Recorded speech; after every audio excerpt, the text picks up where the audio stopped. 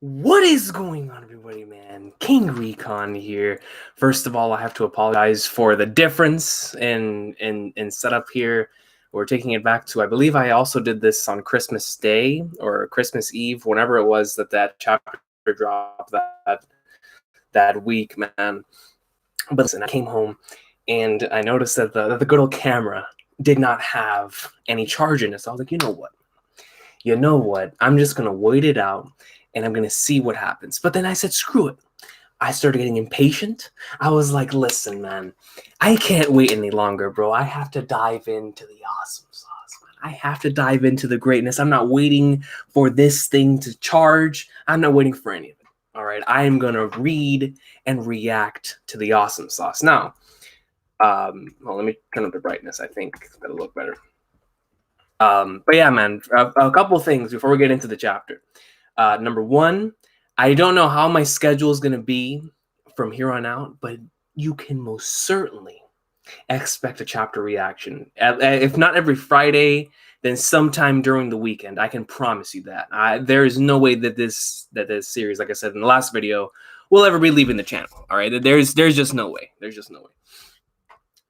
But aside from that, man, everything is gooch. Everything is good. The awesome sauce will continue, and I hope that we can continue going on this journey, even if there comes a point in time where I'm no longer able to do reactions every week. I still want to put out videos for each individual chapter. So I hope y'all understand. If certain things happen, I'm not able to do a reaction every single week, then it is what it is.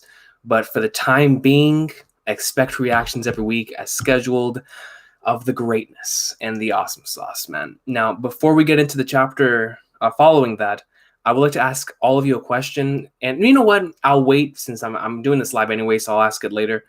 So never mind what I was about to say, but let's get into the awesome sauce, man. Let's get into the greatness, the goldness of the best-selling manga in history. Ladies and gentlemen, nearly the second best-selling comic of all time. By the time Wano finishes, there will be absolutely no question who will be right under Superman. You know, we already surpassed Lord of the Rings in terms of revenue. Lord of the Rings had like 19.9 billion according to what Senato sent me. Nah, son. Nah. One Piece hit that good old 20 bill. All right. So let's get right into the awesome sauce, man, of chapter 938 of the best-selling manga in history, man. And the title of the chapter is Her Secret. And not only is it her secret, but it has crocodile right under it, man. It's, hey, listen, man. I know a lot of people are not on board that theory. I keep my mind open on a lot of One Piece theories, man. All I'm saying is it says her secret, and then right under it is crocodile. Or I should say crocodile, you know, whether the D was placed before or after, who knows? You know what I'm saying? Who knows? But crocodile is in this pic, is in the cover page with the title Her Secret.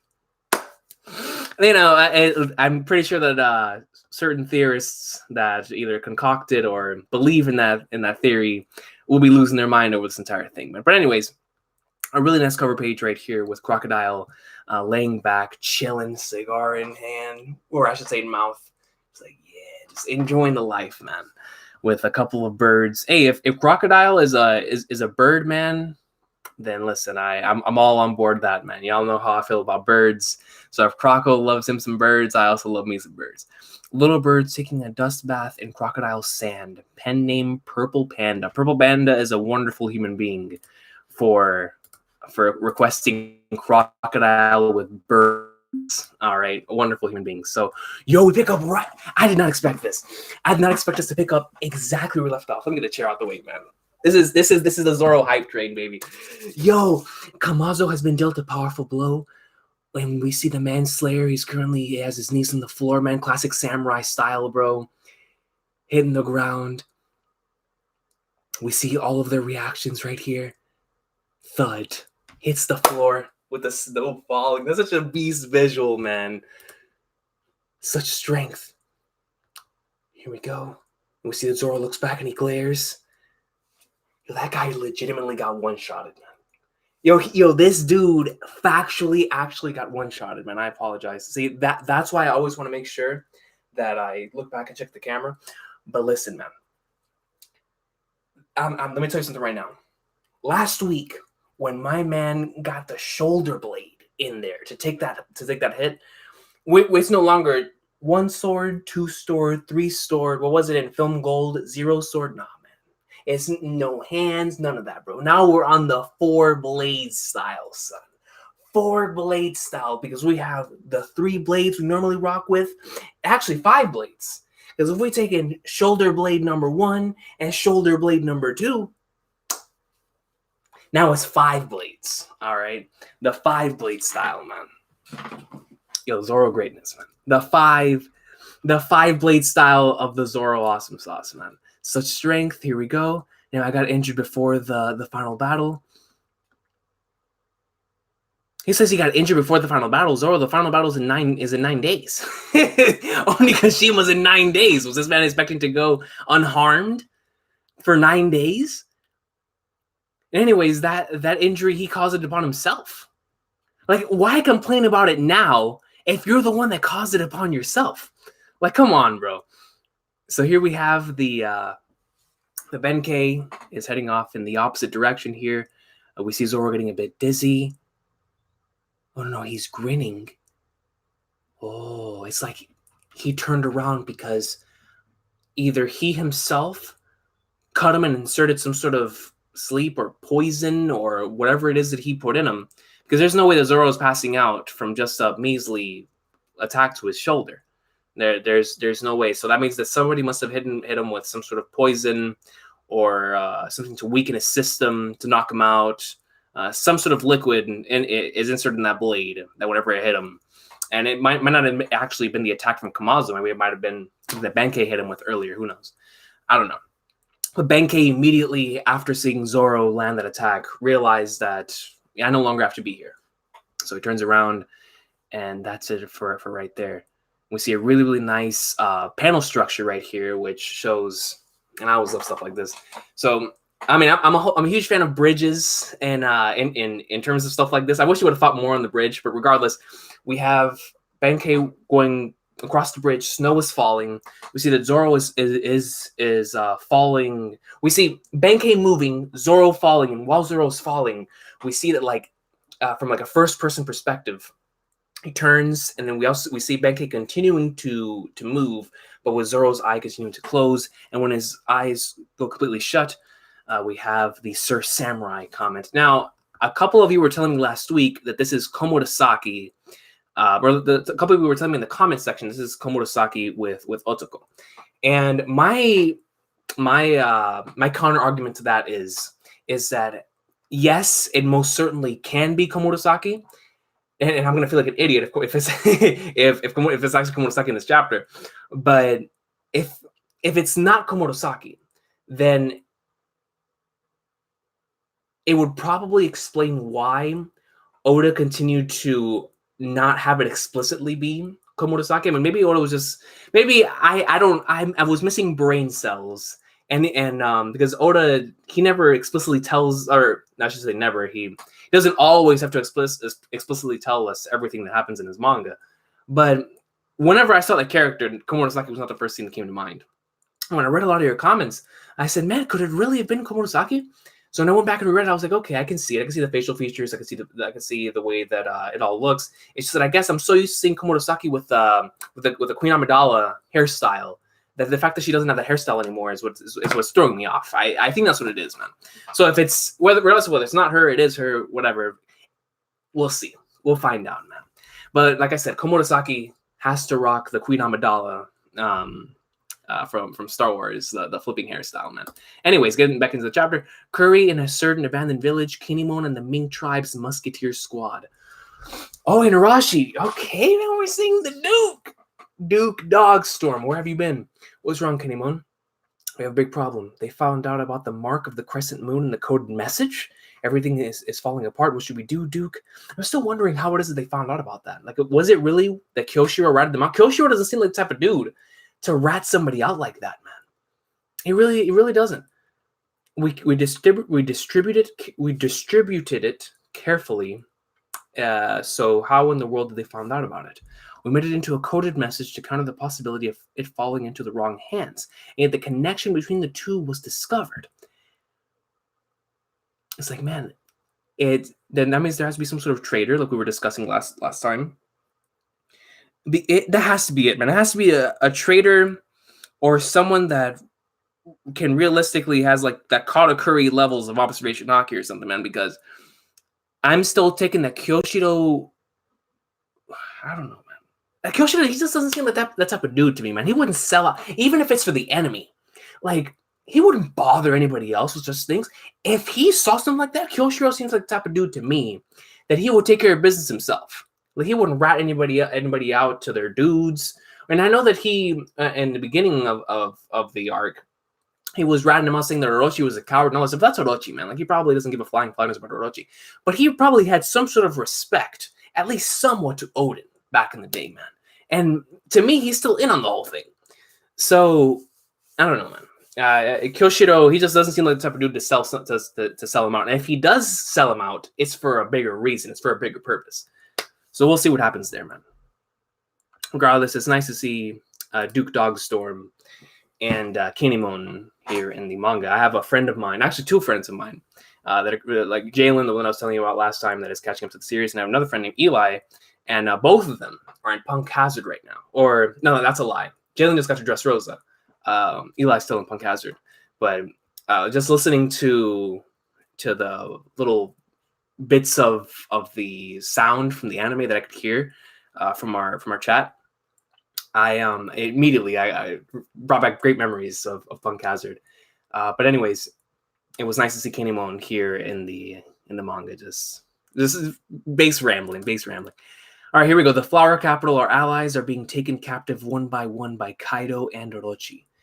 I know I say this every time I see this, man, but I love this giraffe castle, man. I really, really do. This giraffe tree castle just has such a nice aesthetic to it, man. You're under arrest. There it is, the mark of the moon crescent. Look at that, man. I mean, they're already... Who in the world was it that ratted him out, bro? One by one by Kaido and Orochi. You're under arrest. Give me a second. Let me... Flying flag nards, man. I apologize. I keep having to look back and make sure the camera, because usually on my camera, I can see immediately what it looks like, but it's because it's streaming. I just want to make sure that regardless, you know what I mean. Back to the chapter. Our allies are being taken captive one by one by Kaido and Orochi. You're under arrest. There is the mark of the crescent moon and the coded message. Anyone with this mark on their ankles is a traitor, and if you see someone with it, report it to us immediately. The rumors are spreading too quickly. Is that... Hold on, bro. So finally... Hey, listen. First of all, X Drake is forgiven from here until the end of the series for whatever it is that he does. And you want to know why that is? Because X Drake is a fellow Nami fanboy. It's just the way that it is. You know, it's just the way that it is. X Drake, from here until the end of the series, is forgiven for anything that he does and will do. Because he's a part of my association. He's a part of my people. He's a part of my peoples, man. Listen, one day, whenever we do a draft, again, you know, Laz and I, and we would do like these drafts for wrestling, manga, whatever, man. One day, we're going to do one for One Piece characters. And Drake is going to go mad high on my list. And that's not because of his abilities. It's not because of his cool design. It's not because he's a cool character. No. It's because he's a part of my peoples, man. And we stick together, baby. X Drake is a good human being, man. And then next to him, we have the GOAT, Bastille Hawkins. The rumors are spreading too quickly. The whole capital knows about it already. We can't even patrol the bathhouse leisurely anymore. Good for you, Drake. What's that supposed to mean? You're the reason our targets escaped. Hey, you know what? That is kind of factual. It's half and half because it's both of their faults. It honestly is both of their faults, honestly. The Flower Capital, the Pleasure District. It looks like Komurasaki's wake was canceled, boss. What? Komurasaki's funeral was canceled? If we have that many distraught people grouped together, something bad's bound to happen. That is a good point, man. That is a good point. Have a funeral and the freaking Tojo clan headquarters, bro, and yo, it's gonna pop. Stuff's gonna pop off. There will be even more chaos at her funeral tomorrow. I confused the wake for the funeral. So the funeral's still going on. The funeral, just not the wake. The wake was canceled. Cool. This building was really cool. Need more chaos at the funeral tomorrow. We see people crying. And then we have the legend himself, man. Kyoshiro. I love this dude, bro. Plenty of people are angry at you, boss. Kyoshiro, please be careful. What are you saying? Yo, just look at that smile, man. You know that there's more than meets the eye. Not only to this character, but to the whole plot line surrounding this character, man. There was no other way to handle that situation. I'm the one suffering the most from her death anyway. That's true. Lord Orochi is angry right now because of this, isn't he? Yo, man. See, bro, whenever you see him spit stuff like that, you know he couldn't have been the one that ratted him out, man. You know that Kyoshiro, he kept his lips sealed. Kyoshiro seems like the type of dude that takes it upon himself to deliver what he needs to do whenever he feels like it's right and feels like it needs to be done. But aside from that, man, he's an observer. He wants to be entertained. He said, man, everything that's happening right now, cool. But man, bro, listen to these words right here. There was no other way to handle that situation. I'm the one suffering the most from her death anyway, man.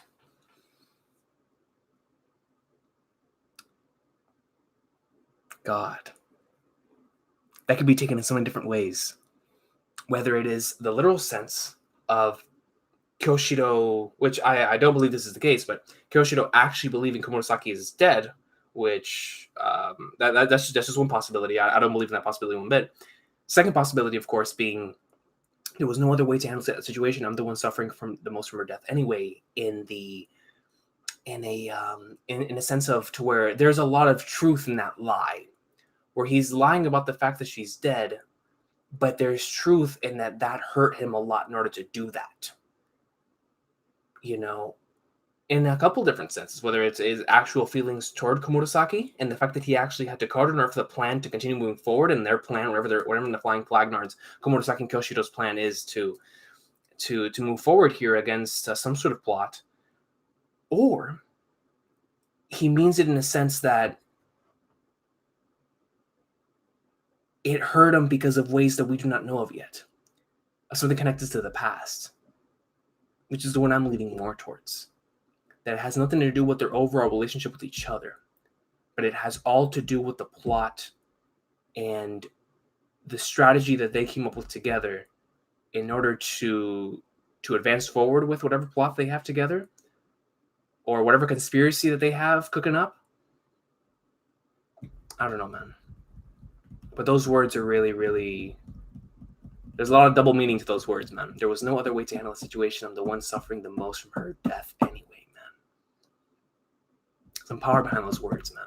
And I can't wait to see whenever we look back on this, whenever I go back and do my reread of Wano after it's over, I'll probably look back on that panel right there as being one of the key panels showcasing and indicating what we're going to get in the future from Kyoshiro.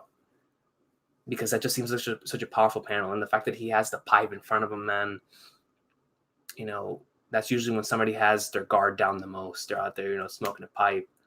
And just they spit some dialogue, some godly dialogue, man, out to the sun, to the stars, to the person next to him. But they're just out looking out, man. That's whenever the truth comes out. But in this lie, there is some truth, bro. Regardless, I'm interested. I can't wait to see more from Kyoshiro as a character and more from Kyoshiro's plot, man, because such a fascinating portion of the story here in Wano, especially in Act 2. Anyways, Ebisu Town. Stopping both of you fighting isn't going to solve anything. Dang, bro. Yo, Sanji. Yo, this man Sanji looks like he just got, obliterated by bees. Obliterated. Y'all know that stuff from the cartoons, man. Whenever somebody runs into a beehive and their face ends up like, it was kind of what happened to Usopp in Drum Island. But no, this most certainly came from Nami. There is no question that the moment they arrived and got down, Nami said, yo, Sanji, dog. It's time for everything that you received from the Happiness Punch, man. You're about to receive the Happiness Gatling. It's about to be the Happiness Gatling. Started boxing Sanji on sight, man. One should always trust their friends. Besides, I didn't even see anything. You're the least trustworthy person here. How is it possible for a person's face to look like that? How hard did she hit him? I'm telling you, Nami not only hit Sanji, Nami hit Sanji with a Gatling, man. I mean, she probably went right into her bag, brought a brass knuckle dog, and just went ham on Sanji's face, man. I can't blame her. But I can't blame both parties. You know, I can't blame Sanji because, by God, in that situation, you know what I'm saying? But I can't blame Nami either. Somebody comes into my bathhouse, bro. We box them. Throwing hands. That bear and your other comrades must have leaked our plans, no doubt about it. That bear. Beppo? Come on, Shinobu, man. Have some faith and put some respect on White Bear Beppo's name, man. Beppo and the others would rather die than betray us. Facts. Facts. Don't underestimate them. Once we save them, you'll believe it. We will be falling right into the enemy's trap if we do that, Troll Guy. Yo, Law doesn't care. Yo, Law's probably going to have a Luffy-type situation here, man, where he's going to have to prioritize wanting to save his crew over what's logical. I mean, at this point in time, when your crew is captured by Kaido, man, I mean, we know Law is a logical human being. We know that he'd like to take the safe approach to everything, the approach that will ensure victory rather than a gamble. But, man, listen, bro, he's been with Luffy for the past 4 arcs, well, 3 technically, Whole Cake doesn't count, for the past 3 arcs, man. I'm pretty sure that little risk and reward or that gambling effect's gonna have some sort of effect on Law, bro. I mean, he has pride. It's his crew that got captured, man. Like, if I was Law, I would already be over there. I would have done like 50 rooms just to get to where Kaido is, wherever in the world they have Beppo, to King, to whoever has, or to Drake and Hawkins, right? They have Beppo. To go all the way to them. Room. Get in there, substitution jutsu, throw some rocks. Okay, let's get up. Room. I would at least try it. I would at least try the thing, man. All right, anyways. Let's see. Prisoners should be disposed of. They must be silenced. Dang, Shinobu, dog. Prisoners should be disposed of. They must be silenced. And this comes right after she was putting over Hyogoro just a couple chapters ago. You're scary, Shinobu. Would you say? That is common sense for ninjas. This isn't a game. We have been waiting 20 years for this opportunity. If we fail now, we'll never have another chance. Stop us, Shinobu. Master Khan, things do not always go as planned. I understand your frustration, but allying with these people who share our goal is a miracle in of itself. If we lose their assistance, we'll be unable to carry out Lord Odin's wishes, man. Man, so we see Shinobu's pride on the line here. Not only her pride, but also just how worried she is about this entire situation actually succeeding. And the fact that this really is one shot or it's all done. And this plan that they've been concocting for 20 years will all go down the drain. It just shows how drastic the situation really is for these characters that have actually been waiting here for 20 years for these characters to return. You know what I'm saying? How desperate they must have been for all those years, waiting patiently.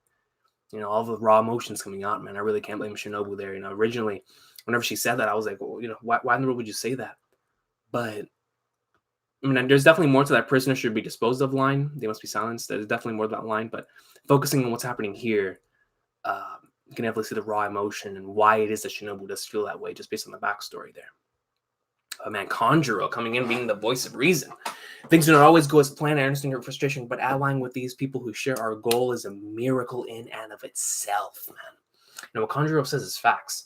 In a situation like this, with a powerhouse like Kaido at the realms or everything, you know, putting Orochi aside, the fact that he's a shogun of this place, to be able to go in a revolution against these dudes takes a lot of guts, man. It takes a lot. And to willingly 100% go deep into the plan and actually want to be a part of it 110%. Conjuro is looking at it from an optimistic standpoint, like, yo, you got to look at it like this. You know, I understand things don't always go as planned, but these dudes are actually going to help us through this entire situation.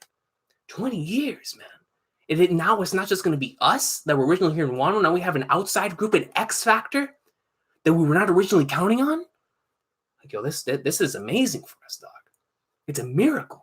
If we lose their assistance, we will be unable to carry out Lord Odin's wishes, man. And that, above anything, is what Kanjuro is really looking out for, man. Is to carry out Lord Odin's wishes, man. And then here we have Io! Oh, is this... Is this troll again, man? Excuse me, hello. I overheard you outside. Yo, yo. Your voice, I mean...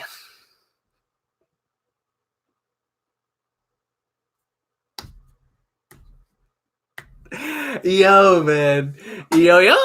Your voices are so powerful. Wait a second, who the hell are you? Oh, are you a beautiful goddess or what?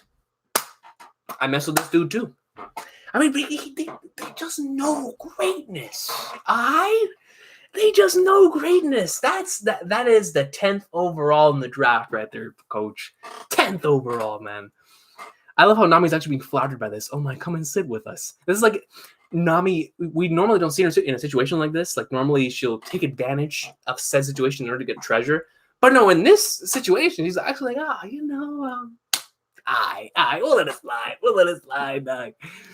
Are you perhaps Shinobu in your Conjuro? You know, there've been rumors swirling around the capital. They're making me all excited. So is it? My man's out here's in the cut too. I mean, it was to be expected. It was to be expected based on the fact that Oda introduced him in the first place. Had him go around with Zoro, and we actually got to see him in both the vulnerable and invulnerable state earlier on in the arc. But man, the fact that this man is actually going to be a part of the plan, hey, I'll take it, coach. So is it finally time for the final battle? Ringo the Northern Cemetery. My swords, that scared me. All right, man, let me get a closer look at this chick, bro. Please lie back down or you'll open your wound again. Yeah, man. Yo, y'all were right, bro. Yeah, this is Komurasaki, man. This is Komurasaki. All right, y'all got me. Dog. King Recon L, comment section W. All right, comment section W. All right, man. I'll gladly take the L, man. This is without question Komurasaki, bro. Without question. And they're in the Northern Cemetery. Now we have Komurasaki and Zoro together with Otoko. And Otoko's a troll, man. That scared me. Like, yo, that was a knee slapper, dog. Thank you very much for saving us earlier. Thank you. To think that you let yourself get injured so badly just for our sake, honestly, how will we ever repay you? My injury was due to mine. At the very least, he knows. At the very least, Zoro knows. Like earlier, man, whenever he was saying, like, Zoro, bro, you brought this upon yourself. It's because of you. You're the one that leaned the shoulder forward. You leaned it forward so that it could get locked in there and you could actually grab it and take it. Like, don't act like that wasn't part of your plan, coach. It's got nothing to do with you. Anyway, do you know where that big guy went? He still has my swords. You must not move. Please stay still. You can't go outside with a wound like that. And we see that she's grabbing onto this man's arm with all of her weight, dog. And it just so happens to be the arm that was attacked by Kamazo. Why don't you pull my other arm, you idiot? Oh, I'm so very sorry. Oh, but you'll be healed in no time. Because back in the capital, I saw... No. I bought some toad oil. So you stole it then. If you rub it on your wound, it'll heal instantly. Even sharp sword wounds will disappear. Yukimaru. He is famous in the capital. The citizens call him Yukimaru of Oihagi Bridge. Also, he like normally... I guess maybe he normally stays around this area of... Well, what do they call it again? I had to go check on the camera again, man, because... Listen, bro. There we go. All right. Anyways...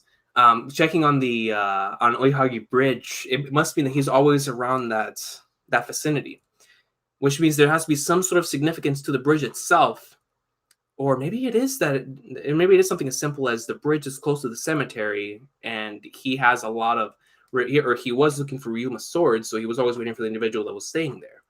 So maybe that's why he was always hanging around Oihagi Bridge. Nobody knows where he lives, but he is a warrior monk that ambushes those with weapons when they cross the bridge. Okay, no, he actually does sit around there and waiting for people to cross the bridge. I see there's no need to hurry after him. By the way, who the hell are you two? You were targeted by that Grim Reaper guy, so... Right, to be honest, we angered the Shogun and can no longer enter the capital. The Shogun, huh? What was his name again? Orochi? Oh, it's Orochi. My name's Toko. If you put an O in front of the name, it's Otoko. I'm not a boy, though. Yeah, that's funny, right? Not really. Yo, Zoro's my... Come on, Zoro, man. Let out a laugh for the poor kid, dog. Let out a laugh for the poor kid. Otoko's a troll, bro. So, let me see. Yo, this is completely unexpected, though, man. I really... Back whenever Komurasaki was first introduced, I could have sworn the entire plotline was going to involve Sanji in some sort of way. And, I mean, classic Oda breaking ankles. We have Komurasaki over here with Zoro instead, man, because that's just the way it works. They leave the capital, wander, they run into Zoro, man. You're an outsider, aren't you? You act like you act like the samurai of this country, though. You seem to be a bad... but you seem to be a bad don't seem to be a bad person. Don't stutter. I hope we can keep this a secret, but I'm searching for my older brother. I haven't seen him for 20...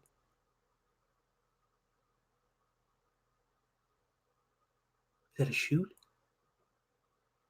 Is that a shoot? No, that ain't no shoot, dog. That ain't no shoot. Wait a second. So listen, man. I mean, I know that at this point it's obvious, but still, a confirmation that big early in the arc is massive. I'm searching for my older brother. I haven't seen him in for 20 years. He might actually be here in Wano right now. His name is Kozuki. Yo, this was Hiori the entire time, and I'm his younger sister Hiori, bro. So now we don't have to hide it anymore. We don't have to just say this and that and this and that. Komurasaki is factually Hiori, man. One piece will be on break next week. We'll resume and weekly resume and it'll be 20, man. You know what? But going on break on this, I'll take it. What is this? A map of the chaos in the Wano country. I will actually look back on this in just a second. Let me stay on. Damn it. This chapter is only 14 pages, but regardless. Hiori actually being, or Komurasaki, man. You know, I expected, of course, we theorized about this, we talked about this. Some people said it was too obvious. Some people said that it just fit, it made sense. But the simple fact that she actually is Hiori is going to be huge, because now that the arc opened up with her playing the shamisen, and the simple fact that I remember I had a conversation with Laz the other day, off call or off air. We were talking about how the simple fact that she could possibly wear the mask. The reason why she wears the mask every time that she plays that song is because it reminds her of her childhood, and thus tears possibly come out whenever she's playing that song. And the fact that Oda did not save that revelation for something like that makes me believe that he has something even bigger planned, an even bigger twist. It almost seemed like this was, okay, I'll make it obvious for them. They'll spend a lot of time theorizing about this so they can actually keep their mind away from something else. That's what this feels like at this point in time. And it really feels like now that Oda revealed it this early on, it most certainly feels like Oda was keeping us, introduced Komurasaki, had the entire situation going, just to keep our minds actually away from what he truly is waiting to hit us with a twist on. That's what it feels like now. Because not only was it obvious from the start, and it makes sense, but the fact that it was too obvious makes me believe that Oda was using this as a cover-up for something else, going to be a bigger twist. I truly, truly do believe that now, man. 120%. And that's going to be wild when that takes place, man. That's going to be insane. Because now that this isn't one of the big revelations, because I was expecting this to be one of the big revelations, even if it was Komurasaki, at the very least in Act 3 and Act 4, with her playing the shamisen. I mean, I had my head set on that, but no, not at all, man. And now that Komurasaki is Hiori, the very fact that she might be in cahoots with Kyoshiro, oh, man, dude. Yo, I'm hyped for the possibilities, son. I'm hyped for the possibilities, because now that those two, if they're actually are in cahoots, that's going to be massive for the backstory of Odin, man.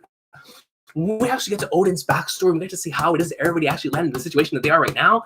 Oh, the whole plot, because now that she is confirmed to be alive and in the flesh, and Kyoshiro knows that, man. There's no way, as a swordsman, you know when you kill somebody, especially when you're somebody as skilled as Kyoshiro, which I believe he's very skilled. You know it, man. So they have to be in cahoots, bro. On some sort of plan together, man. God, bro. That means that Kyoshiro's gonna have a massive connection to Hiori, to that entire story with Odin, man. Oh my god. And I cannot wait. I cannot wait for that, man. But now I'm really happy that it actually is, once again, that it is Komurasaki, that Hiori is Komurasaki, because of the arc starting off with the shamisen player. Guys, I remember the shamisen name on stream. I always forget that name, man, but I guess it's because of the hype of the moment. We remember the shamisen name. The fact that the arc started off with a shamisen player and the Wano Act 1 starting, and then of course closing once again with Wano Act 2. The fact that Oda started off with that always made me believe that character, whoever that character was going to be very important. And as it went on, we continued to speculate and say that could be Hiori. And when Komurasaki got introduced, then we actually got to see her wearing the mask and playing. We were like 1,000%. But the fact that it is revealed this early on in the arc means that Oda has so much more in store that we're not even expecting, man. Like, all of this stuff to him is just build up. It's just, yeah, this is a revelation, sure. At the beginning of the arc, they know it's coming, but screw it. It'll be a good plot twist for those who aren't reading it weekly, but are reading it in binge. Like, oh, snap. For those that are reading weekly, I'll give them this bone. Here's your confirmation for you theorist boys and girls. Just like, yeah, here you go. I'll leave y'all on break. And while you're on that break, you can discuss this and talk about it. I have something real good cooking now, son. And that's what it feels like, man. Now we have a traitor. Because now that we know it's not Kyoshiro that is the one that revealed it to Orochi and everybody else about what that thing is, then who is it? Who is that traitor, man? Like, who in the world is it that is revealing all of our plans to Orochi and to the crew and to their entire squad? Like, who is ratting them out? And I'm like, bro, who out of all of us could be the person that is ratting us out? I don't know. At this point, I'm drawing blanks when it comes to the traitor, man. I have no idea if there even is a traitor. It might just be, like I said, that somebody just has insanely incredible intelligence gathering skills, and that's that. But I don't know, man. I don't know. I mean, ninjas are good for gathering intelligence, so I guess, I don't know, man. I don't know. But yo, I'm so happy. Yo, I don't know if anybody else, I'm pretty sure y'all understand. But I'm just so happy that Hiori is actually the shamisen player, man. I really, really am. Is that she's actually Komurasaki.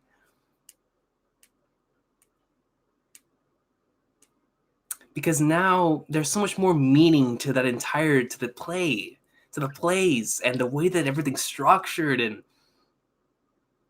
I dig it, man. I'm happy we got the confirmation. Man. But we're actually live. We are actually live, man. So finally, instead of me rambling to myself for 20 minutes, let's see what the comments are talking about, man. Let's see what the comment section is talking about, man.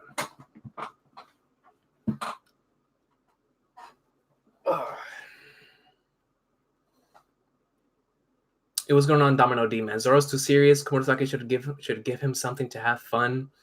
I mean, at this point, I'm pretty sure he's gonna have a blast with Otoko and Hiori on his side, man. And my guy's gonna have a blast.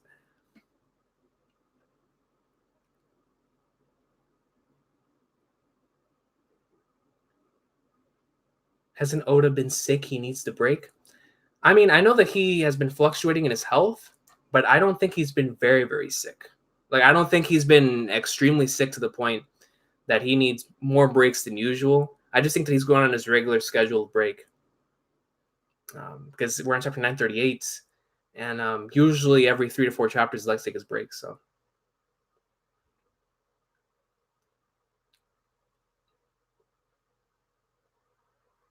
Kyoshiro is going to be just a regular good guy. I don't want it to, but I can see it. I wouldn't say a regular good guy.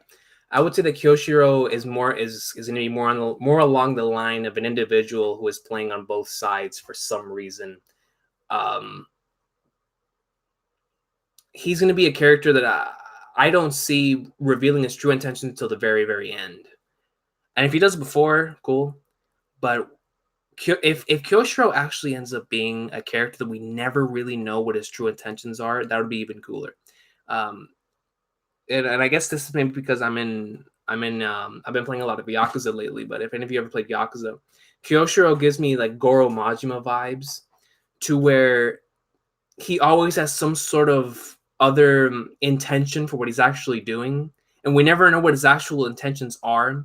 But when he says he's going to do something, he's going to do it, and he's going to follow that plan to the very end. And that's how I see Kyoshiro as being. I see him as a character that we're never really going to know his true intentions until the very end. He's going to be playing on both sides for some reason or another. At the very least, maybe even going into Odin's flashback. I'm not sure, but we see.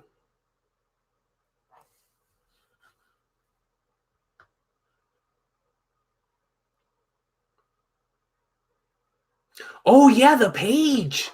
Yeah, the page from after. Yeah, I said I was gonna go. I said I was gonna go back to that. Okay, so here we have a map of the chaos in Wano country. Each and every one of them wandering off on their own. Oh, I don't want to hear that coming from you, Zoro. I really, really don't, Coach. So we have a map of the chaos in Wano and what's going on right now, the key figures in the middle of the chaos. So here we have the entire island and what is currently going on in these places. So, of course, we have Orochi in his castle. Then we have Ashura Doji in Mount Atama.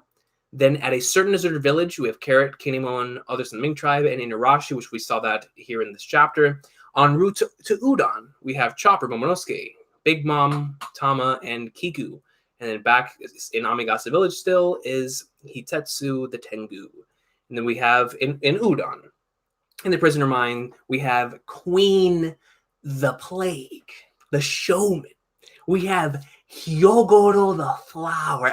Listen, man, I can't wait for that Odin flashback for all these characters in the Prime, but I really, really can't wait to see Hyogoro, bro. I cannot wait to get Hyogoro back in the day, man. I'm excited for Hyogoro, man. He's gonna be awesome, and I'm looking forward to seeing more from his character. Raizo, and then we have the king of the pirates. Then we have in Onigashima, we have Kaido, and then we have in the Wano country that has been captured, Beppo, Shachi, and Penguin. In Abisu Town, we have Usopp, Frankie, Brook, Law, and Conjuro. In Ringo, we have Zoro, Otoko, and Hiori. And Hiori. And then in the Flower Capital, we have Nami, Robin, Sanji, Shinobu, Hawkins, and Nami fanboy number 2, X Drake. So that is the current landscape of where everybody is at this point in time. And I think this is a great time to have something like this. And this is something I like from the anime. Like, I remember when they started doing this frequently, and ever since then, they've done it in every arc. But in Alabasta, this helped out a lot because Alabasta was such a massive arc. And in the beginning of every episode, it was always helpful. I know a lot of people don't like recaps, but I enjoyed those recaps of like, okay, this is where this character, this is even while binge watching, guys. It helped out a lot because it helps due to how much Oda is putting all at one point in time, especially when you're not used to Oda's style of writing, especially when it comes to big scale battles, large scale battles. So I'm glad that he decided to do this whenever he went on break. To leave us off to always look back on as a reference for as this arc continues. What this tells me is that Oda decided to do this because this is going to be their regular placement for the next couple chapters, at the very least going into Act 2. That is the way that I see it. Or maybe he just gave us this because he's going on break. But regardless, I like it. I'm glad that we got it. Because for a lot of people, and even for myself, man, it's great to look back on this as a point of reference of like where exactly everybody is, to come up with theories and or discussions on where they're going to go next, because they're close to point A or point B or point C or whatever the case may be. Wherever it is that they are, we can now correctly speculate the distance and how far they are from each other and whatnot with an actual, because we got the map before, but now we have where everybody is. So I'm glad that they included this page at the end of the chapter. Let me see.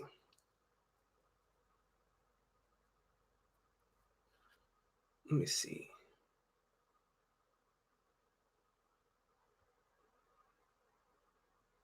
Yo, Koi, what's good? Trafalgar D. Rukia, what's good? This is my first time in your life, King. I'm loving these Hiori Zoro moments. Yo, actually, you know what? Me too. Me too. And I'm a Toshigi and Zoro shipper, man. I really am. Like I'm on the Zoro and Toshigi train. But hey, man, listen. If Hiori and Zoro want to hit it off, man, listen. Hey, shout out to my guy Zoro, bro. I like it. I'm liking their dynamic so far. It's pretty cool. Was that a fan page or official? It's official. It was in the Raw. Okay, according to Casadora, it was in the Raw. It was in the Raw, so that means it most certainly is official. It just looks like an official page too. It really does. King, how did you not catch the toy dollars from Usopp? So it probably doesn't work. Yo, that's facts. That's hard facts.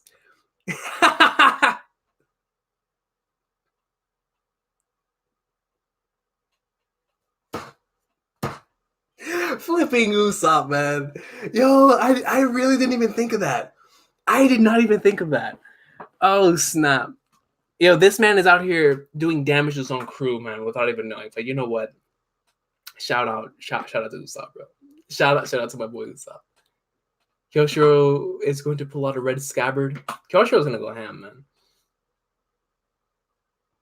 Let me see.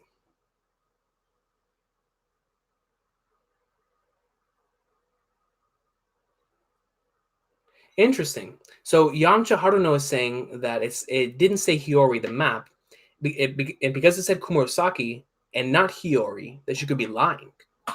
That is also a very interesting little thing that we can discuss but I don't know, man. I don't know if Oda would. I mean, well, I was gonna say I don't know if Oda would let out a chapter ending, like an ending of a chapter, and then proceed to go back on that, you know. But because he even stated earlier on that he wants to surpass our expectations more than ever, maybe you're right. Maybe she's just saying that she's Hiori. She's actually lying in somebody else's Hiori. Maybe even looking on protecting the actual Hiori. I don't know. That's a very interesting thought, though, there, Yamcha. I don't know. Very, very interesting thought. Very interesting thought. By the way, the map at the end is a little outdated since Sanji and the others are at Ebisu with Law. That is a good point. That is a good point. Well, technically, no, because they were all together here in this chapter. Hold on, let me go back real quick to that portion. Yeah, come on, boy Kyoshiro, man. But yeah, they're all right here. Yeah, you're right. Yeah, they're all together in Ebisu Town. You are absolutely right, man. So it is a bit outdated. So then does that mean that that this map possibly came? Well, I don't know, man. I don't know.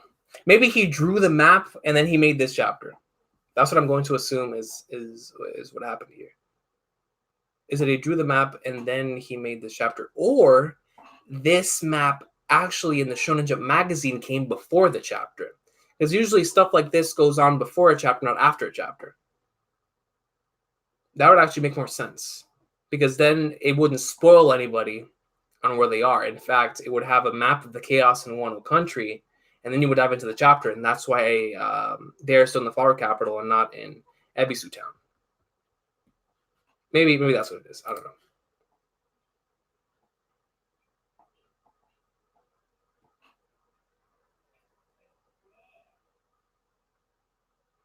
Green-haired babies. Yo, that's facts. Light green hair and the dark green hair. Facts. Let me see. Maybe it's like a Star Wars princess, Padme, and the fake one. That is true.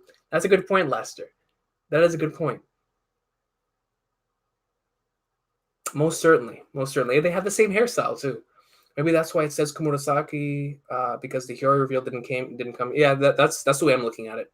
is that that map, that entire page came before the actual thing started, the actual chapter started, and they probably kept it, or the people who put it in here, who uploaded it, they probably saved it for after the chapter, because we're normally so used to having the title and then translator, and then we dive into the chapter rather than map of everything and then going into the chapter. So maybe that's what it is.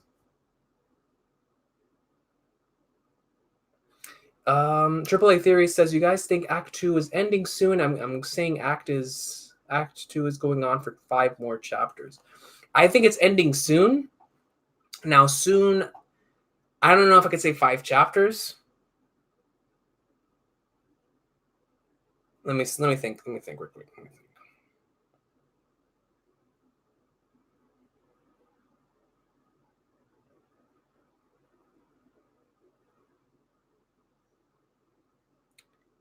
I'm gonna say that it's gonna end by 9:50. So at max, I'm gonna give it 12 more chapters.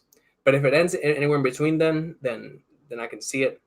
Unless Oda's using Act 2 as the big setup act, and then Acts 3, 4, and 5 are gonna be the really fast, like volume. Or but I'm expecting Wano to be a pretty long arc anyway, so I don't know. But my gut feeling just tells me 12 chapters in between the next 12 chapters. In between the next 12 chapters.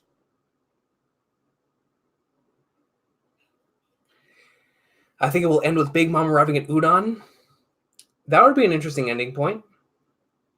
So like Big Mom arrives at Udon and the curtains close. Yeah, that would be very interesting. Leaving us like, oh, Flagnars, what happened? And then we switch over to something going on in Reverie or something around the world or something like that. I can see that. Domino D says, Eureka, do you think someone important will die in this arc? I mean, someone from the Minx or someone else? I do think someone important will die in this arc. And it's gonna end up being somebody from our from the characters that we just came to know in Wano. I think it's gonna be one of those characters. I really, really do.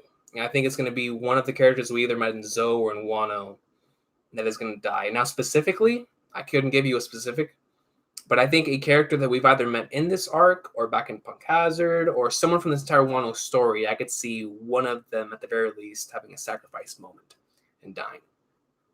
I could even see Kinemon doing that because nah, man, I don't want Kinemon to die though. Kinemon's death would be very emotionally impactful for the entire crew and would set forward motivation in motion. Even more motivation for us to have to carry out this plan. But I don't want Kinemon to die, bro. But I can most certainly see it. I don't want him to die. Can't wait for Marco D Phoenix to arrive. You know, I was thinking about that the other day, Glurak. I was thinking about Marco and Weevil and how it is that they're going to be put into the plot. Because we know that that Weevil and Marco have to be put into this arc somewhere or another. I don't think that he's saving Weevil for after this arc. I think at this point, Weevil is going to show up in Wano. Or at the very least in Onigashima. But I was just trying to think, like, how is he going to do it? How is he going to have a plot line to where Weevil is going to find his way onto Wano, and then around that same time is whenever Marco is going to show up there? Because I'd most certainly expect Marco to show up eventually, without question. But with Marco comes Weevil and that entire plot line. So I've been trying to think of how it is that he could do it. And how it is that he could have, because Weevil can't just randomly show up there, man. You know, like with Oda, there's always some sort of plan or action or some sort of cause before the effect. So I want to know how it is that Weevil gets into that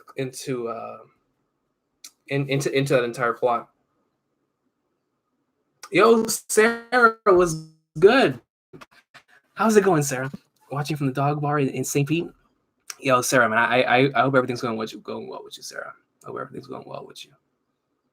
Let me see. Kinemon is too funny. He must stay alive. Yo, I'm right there with you, dog. I mean, even he is hilarious, but I think Kinemon should just stay alive. Period. But he's one of those characters definitely has death flag on him. Genai says, King, I want to ask you something important. Oh, I want to ask y'all something too, man. Before I end this, but regardless, Genai, man, ask ahead, bro. Ask ahead, Genai. Ask ahead, fam. Let me see.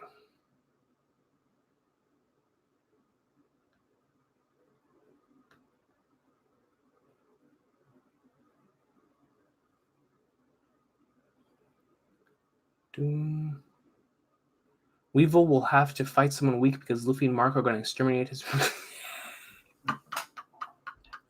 Hey, listen, man. I don't agree. I mean, I agree that the Luffy and Marco together would pwn him, but but Luffy and Marco fighting together, man, that's a little OP. I think Weevil is strong enough to take on someone like someone of a pretty high caliber, but it has to be somebody that's not a part, or it's got to be. I can take on. I think Weevil is strong enough to take on Marco one-on-one. Not defeat him, but at least take him on. Now, when it comes to Luffy, then Zargon, I don't know about that, but for sure, I think Weevil's going to be strong enough to take on like some really, really powerful characters. And I think that Oda, to showcase Weevil's strength, might have to put him up against some weaker fighters. Maybe somebody that we know that we consider to be a formidable threat. And maybe Weevil destroys them. And then after that, the real opponent comes in or something like that.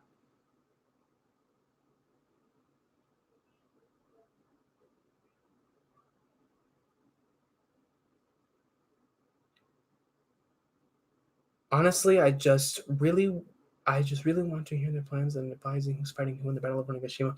I think we're gonna get that in Onigashima itself, Calvin T. I think that when Onigashima actually comes around, I'm not sure if they're actually planning it out though.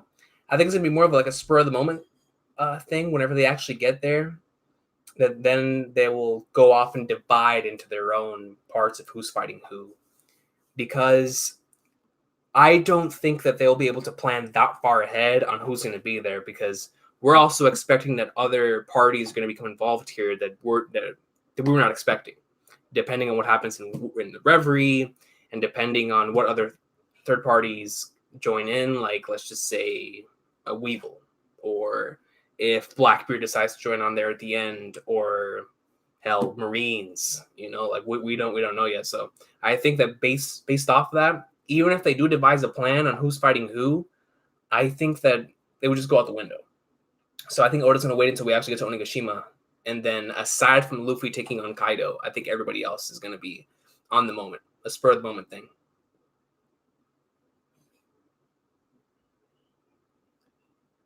I can't wait for the walk to the show. Yo, you're telling me that you can't wait for the walk to the Shogun's castle, man. You're telling me that you can't wait for the walk to the Shogun's castle, bro. I think that the walk to the Shogun's castle is going to be one of my favorite moments in the entire series. Just yesterday, I was watching one of the old specials for the first time. I had never watched TV Special 2 before, and in this special, they had one of the most awesome walks, because it wasn't your regular walk. Like, and the regular walks are GOAT. Some of my favorite moments in the series, with overtaking, playing, and whatnot. But in the one I watched yesterday, the camera was panned to their feet, and this one random sword, they hit this dude so hard, his sword came flying in, right? So the sword lands on the bottom of the ship, it hits the floor, and it's stabbed right there. And then the camera angle stays right there on the sword. So while they're walking towards the sword, he steps on the sword. Luffy steps on the sword. It was one of the most beast moments, because you can't see his face. You can't even see his body. You just see his foot step on the sword, and the sword just shatters. It was so beast. And you actually don't get to see their faces while they're walking. You get to see their bodies until they actually deliver the punch to the dude. I just thought it was a really cool take on the walk. But I don't care what kind of walk we get in this arc, as long as we get some sort of walk. The first time the Straw Hats are together, post Dressrosa. Like we haven't had all of them together in a single panel since Dressrosa. And if Jinbei joins in too, oh, an actual walk to the Shogun's castle with all of the Straw Hats, that might be my favorite moment in the series. Let alone just a favorite walk. That might be one of my favorite moments in the series. In the series, bro. I'd mark out so hard, man. So hard. Let me see.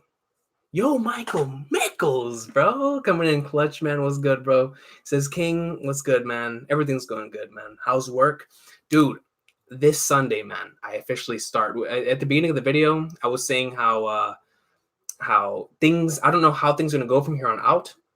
And it was due to that. Like I was talking in the last video that I got accepted, but I officially got accepted yesterday or the day before.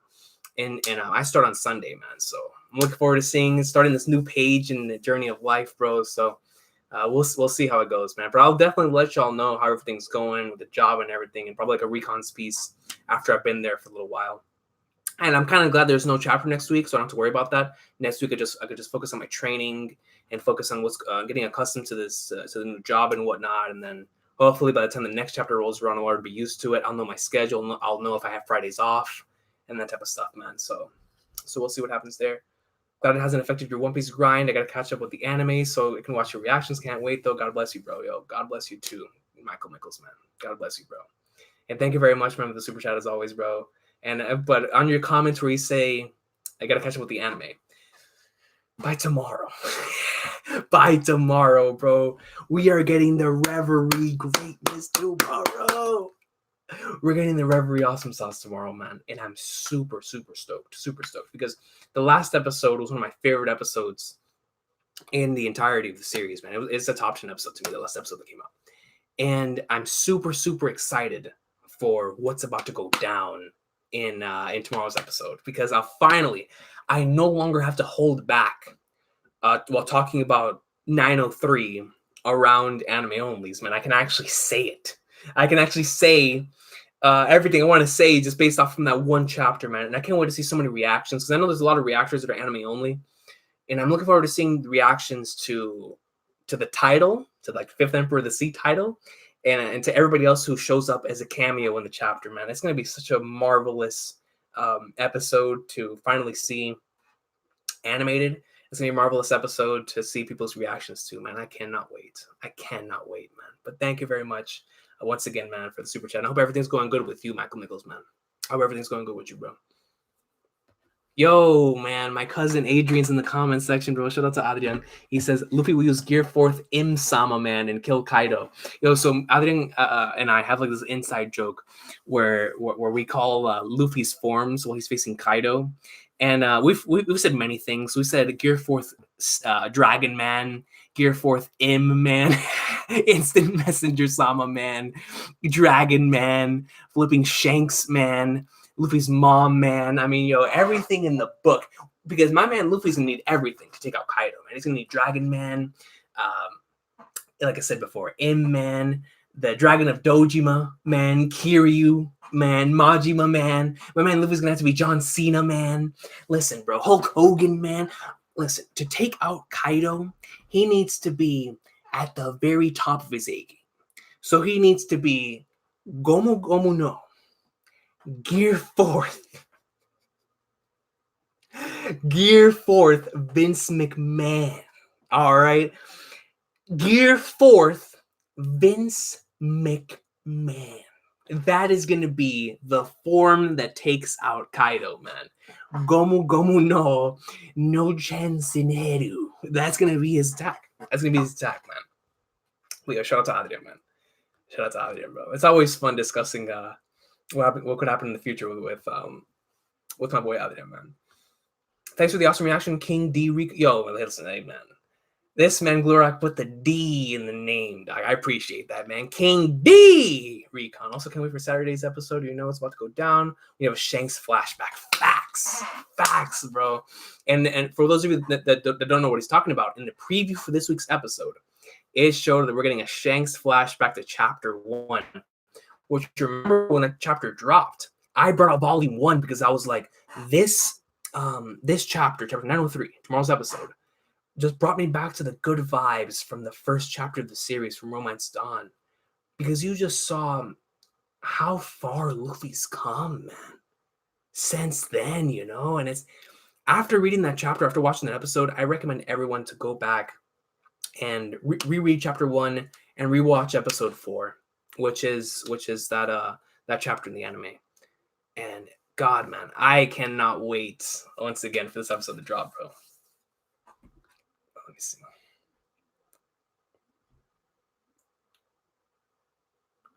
Along Park is one of my favorites.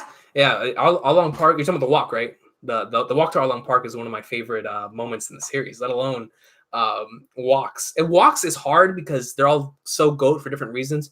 I think the walk to Along Park has a special place in my heart, of course, for a lot of reasons. But I really love the walk to the Frankie house, man. But the walk to the standoff in Annie's lobby is godly. It is godly. The walk to the Gyonkorde Plaza is also really a really nice one. The walk to face Oars, nasty. That was disgusting. So, great stuff, man. Great stuff.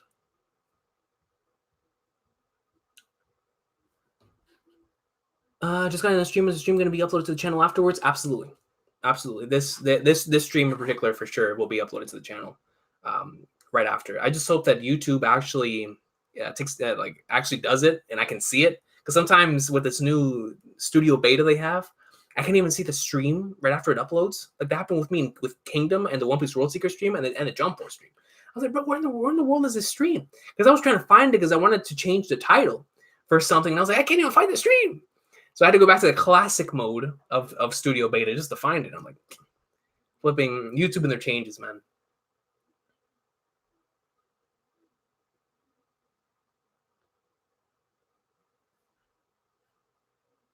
Yeah, AAA Theories brought up a great point, bro. The Strong World walk is GOAT. And y'all know how much I love my suits. And having a walk and they're wearing suits? Get out of here. Get out of here, son. GOAT. Soul Focus was a magic song. Really amazing way to finish Whole Cake Island. Definitely, man. Absolute greatness. Let me see. Soul Focus is one of the best soundtracks, especially from even if you don't differentiate vocal and instrumental. Soul Focus is still one of the best soundtracks, man. You think the anime magic that I see your comment right here again. You think the anime magic that One Piece has is something that helps One Piece be the greatest? Because Whole Cake in the anime was amazing, bro. I think it's a couple things. Toei, and I agree with you. The Whole Cake Island was amazing in the anime. I think it's Toei's heavy promotion, and they know how to market their series, and it's great that they got their hands on One Piece when it comes to that standpoint. Because Dragon Ball, they marketed that phenomenally, and now with One Piece, they've been doing a pretty good job marketing that series as well for the past 20 years. But even with their other series they've had under them, like even Tiger Mask W, that wasn't a really popular series.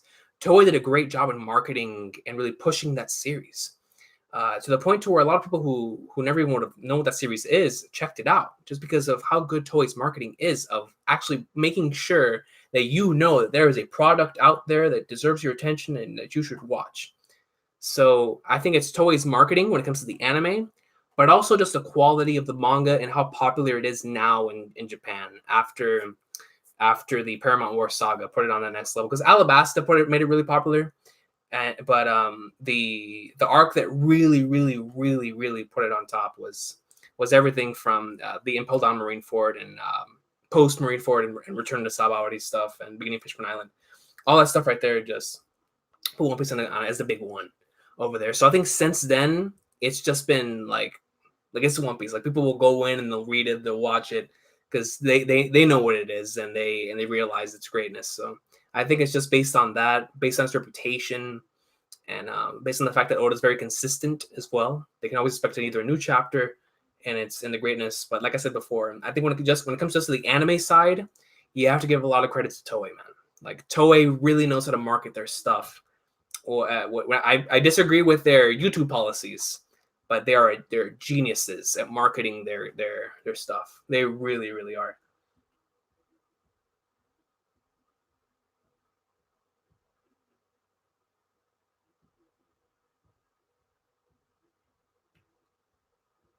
That is facts, AAA theories. Didn't Luffy get that scar by stabbing himself with stupidity was shocking even back then? He did. He did. He really, really did. But you know what? That's why we love him. At least that's why I love him. He's stupid, but he's still the GOAT. Still the GOAT. Christian says, "Yo, Christian, man, what's good?" He says the new JoJo episode is fire, dude. I gotta catch up to JoJo again, man. I'm behind like 3 episodes. I still haven't even seen the new opening or the new ending. I'm behind. Yo, yes, Genai, man. You know, bro. Imagine the walk to face Kaido, bro. Dude, the walk to face Kaido, the walk to the Shogun's castle, the walk to Onigashima, the walk to Kaido's hideout in Onigashima, man. It's gonna be legendary. Hey, have you read Berserk? Oh, absolutely. That was my second manga after One Piece. I have where is my Berserk?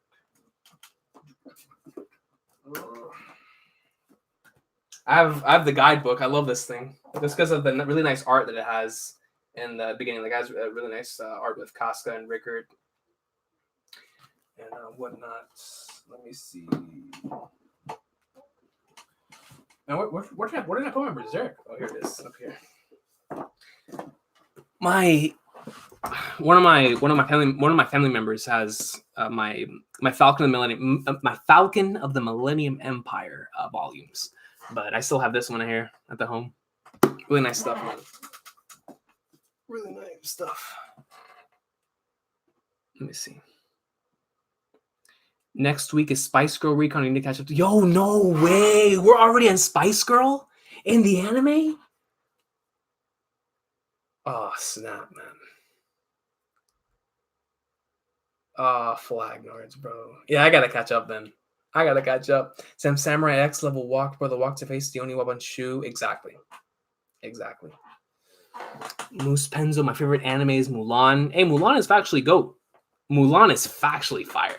I would agree that Griffith did nothing wrong, King. I don't agree that Griffith did nothing wrong, but I do think that Griffith, he's still my favorite character, of course. He's actually one of my favorite characters ever. And for a long time, I was on the did nothing wrong train. I'm not gonna lie, I really was on the Griffith did nothing wrong train. But I feel like, all trolling aside, I'm like 80-20 on Griffith now. After all these years and after multiple rereads, I'm like 80-20 on him and his and why it is and on his motivations and his and why it is that he made the decision that he made back before the eclipse happened. After reading that so many times, because at first I wasn't the 100%. I can't blame the guy for what he did. But after all these different rereads, I'm like 80-20 or 85-15 on it now, man. Like, there's certain things that I cannot blame him for, but there's certain other things that I can. But I still love him, though. Still my favorite character in Berserk, for sure.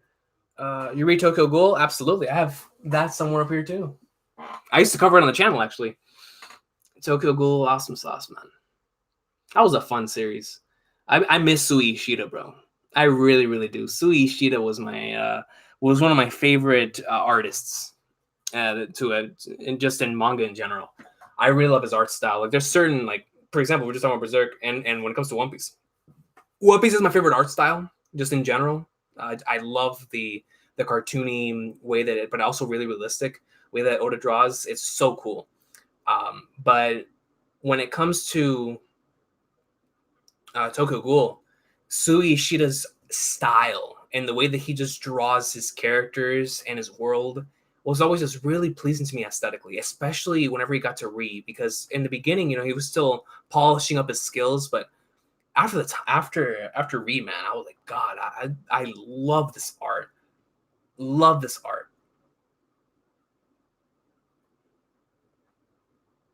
Is One Piece the first manga you read? Yeah, it was. I mean, like in as a whole, because I had been reading. I didn't read Naruto from the. I watched the Naruto anime from the beginning and like Dragon Ball and those series, but when I get to One Piece was the first series And Bleach, of course. Bleach was my stuff. It still is. But with the anime and whatnot. But like with those, I just picked up where the anime left off, and then I would read the manga. Like for Naruto, I read the manga every now and then in those days, but I was mainly just keeping up with the anime. With Bleach, I did keep up with the manga, but even then, I just stuck with the anime. Like the manga didn't really grab my attention until later on, like way later on. But One Piece though, man. One Piece, I watched the anime, and after finishing the anime, I read the manga from the beginning all the way and catching up, and then the manga just became the GOAT to me. So that's why I would say One Piece was the first manga I read, because it was the only one out of all those series where I was like, I got to go back and reread this from the beginning. And I, after experiencing the anime, reread it from the beginning, loved it, and it was what really made me want to read these series weekly. Like just manga in general weekly, because like until then I'd been okay with just watching anime on TV or a subtitled, like with Bleach. I loved watching it subtitled I think it was Tuesday. I would always watch my Bleach subtitle. But after One Piece, man, I was like, the manga weekly experience is a superior experience, son. The weekly manga experience is the GOAT. You ready for the OP anime? Seeing Shanks in real time, bro? Yo, Shanks in real time, dog. Yes, Christian, man.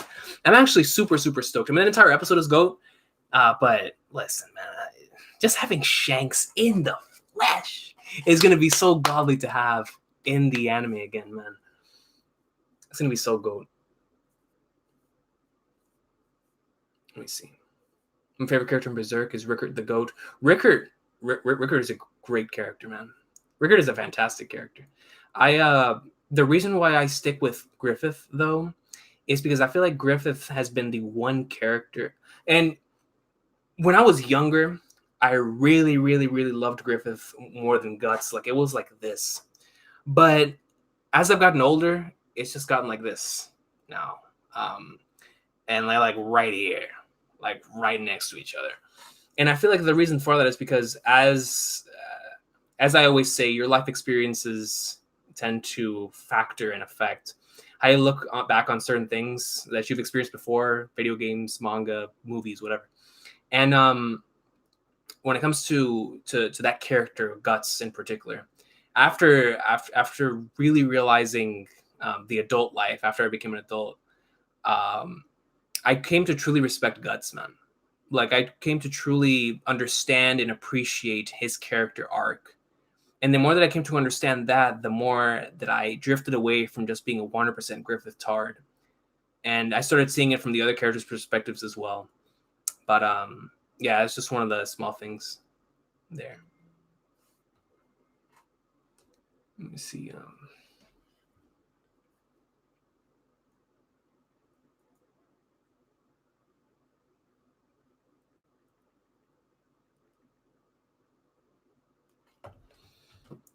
Let me see. Yeah, he released Zaki Re like 2 weeks ago, sort of like a book with 200 plus drawings in it. I saw that. I saw it on Twitter. That's one of my friends, Seneto. He retweeted it, and I was like, oh snap! Like, that needs to come over here to North America ASAP. Gotta have you on the show again, my man. Yo, let me know, bro. Let me know. I would love to come back on to the Red Force podcast greatness, man. You just let me know, bro, and we'll figure out a date. It's gonna be harder now because my new job is gonna be a night shift job. So I don't know how. It's like a middle of the afternoon going up into the night shift jobs. Like I said, I don't know how the schedule is going to be. That's why I'm waiting to start on Sunday to see how the new schedule goes. But I'll let you know, man. I'll keep you updated to see what we can do, or just let me know whenever you want to get on the show, or whenever you want me to get on the show, and then we'll figure something out.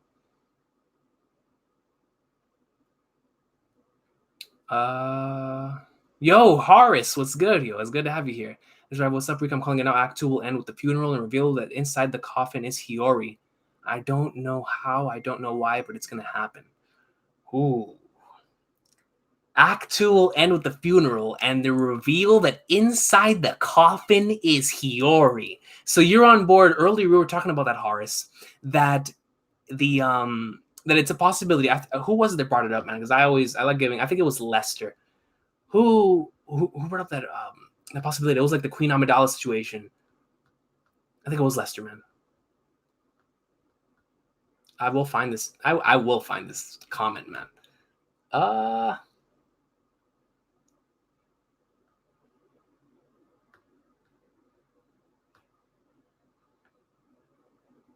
$5. I can't find the comment. But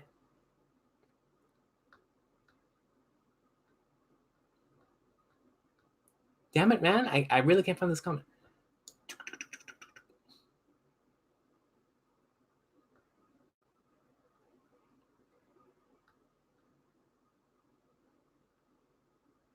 Maybe it's just that I'm blind, man. I can't find the comment. Regardless, we were saying earlier that we were talking about the awesome sauce, or the of a theory that originally was brought up as, is Hiori lying, right?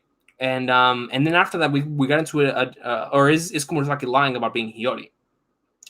And then another topic was brought up about, what about if it's like the situation of like of it being a fake, and another body, like let's just say like a twin fake, or like it's kind of like I don't know if you ever watched Star Wars, but the Queen Amidala situation, right, where there's like a body double. So, but then the question would come up, if it is a body double, then who was the other person that died? You feel me? It's like, I don't know. It'd be wild though, man. And I would love to see it, because not to give too many spoilers if somebody's catching up to Gintama, but a similar situation happened in Gintama, and it was perfect. So, dang it, man. Yo, Horus dropped a bomb, man. That's gonna have me thinking, because I could definitely see that. Because I was thinking, I was like, if the funeral actually goes down and they don't see anybody in the coffin that doesn't look like Komurasaki, they're gonna be like, oh, one of the flying flagners happened there. But no, there was some sort of plan that happened there, bro. And Kyoshiro is obviously a part of it too. And you think that's how it's gonna end, man? That would be wild. That would be wild.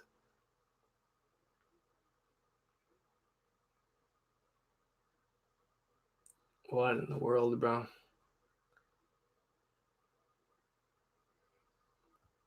me see.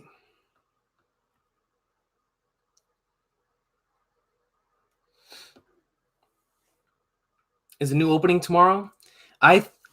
Okay, so I'll put it like this, right? I think that it's gonna be if it's not tomorrow, then it's next week. That's what I'm going on.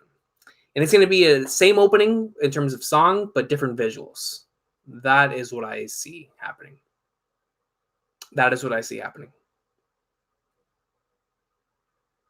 Is gonna be the same opening songs with different visuals, because it just wouldn't make sense. It just wouldn't make sense to have the character, or to have the Whole Cake Island stuff in the opening whenever we're already out of Whole Cake Island.